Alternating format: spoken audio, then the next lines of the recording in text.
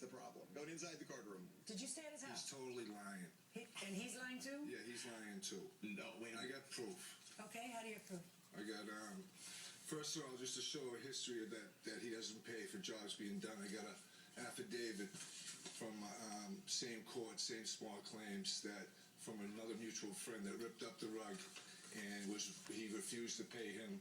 He had to take him to smallest claim court also, and a week before the date he paid it. That's for one. Also, I have a backup letter from that same individual that, if you'd care to read that.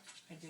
I have a proof of residency. I'm not homeless. I own a home, and I'm going through some problems with my wife. So I was living with my sister at the time. Never lived at his home, Your Honor. Do you have an affidavit from your sister saying that there was never a time when you left your sister's house to go there? Did you know he was going to say that you were crashing at his house and that you owed him money? I did. Okay, so do you have something from your sister saying, or, yeah, it's or from your ex? Unfortunately, it's not an affidavit. It wasn't notarized, but Let me see what you got. I got pictures of the job.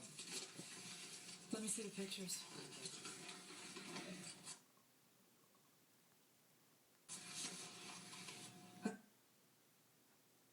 Who's Kurt Jacob?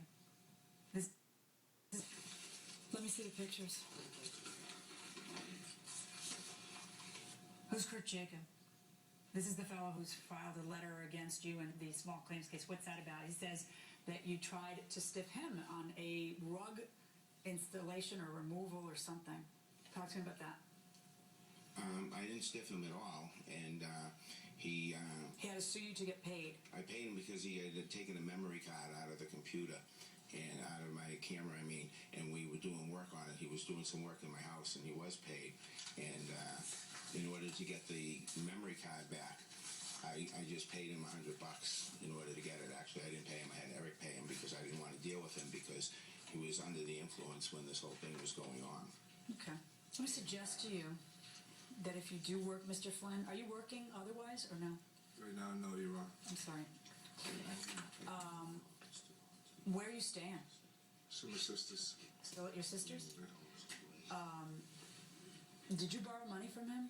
No, I did not. I think you're all liars.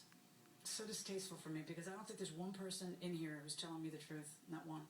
So I'll tell you the distasteful. truth. No, you're not. You know, I've been truthful. You know, I might come out. Oh, I don't think you're truthful. I don't think anybody here is truthful. But I got to try to figure out what happened because I do think you did work and I do think he tried to stiff you. And that's where my problem lies. If I didn't think that, it'd be easier to just walk off and tell all of you guys, you know what, I don't believe anybody, nobody's proven their case. But the thing that I'm having difficulty with, even though I don't think you're 100% honest, even though you probably did flop at his house because your circumstances sound like you might have, that I do think that he asked you to do the work, and I do think you should get paid for it. And I see a pattern on his part of getting people to work and then not paying them. And I find that, no, you know what, don't. All right, I'm going to order the defendant to pay the plaintiff the original amount, which is at $350 on your counterclaim 0. That's my verdict.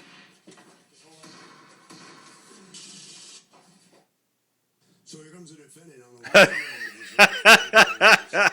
What's your first reaction to this? No comment really. We didn't get a chance to explain the whole situation and present our case, but he did install the floor, but he was compensated more than he actually owed me money for the counterclaim. I had witnesses for that, and the whole story didn't actually come out because there was a lot more why he was fired and everything, but I didn't really want to comment on it. You head right around the corner here. Let's see what the plaintiff has to say coming out in this case. All right, so you collect $350 for your work in this case. What's going through your mind now? Yeah, it's trying to expose him what he really is and stuff. You say he's done this to other people? Yeah. Mm-hmm. Well, why'd you do the work for him then if you knew he had a history of that? I didn't think he'd have the nerve to do it to me, basically. And now what have you learned? He's a stiff. You know, I think it's especially important when you're dealing with a friend to really write down the specifics of what has to be done, what's expected, how much is going to be paid. That's the only way you're really going to preserve the friendship. And that will do it for this case. Litigants, for the next case on the way into the courtroom,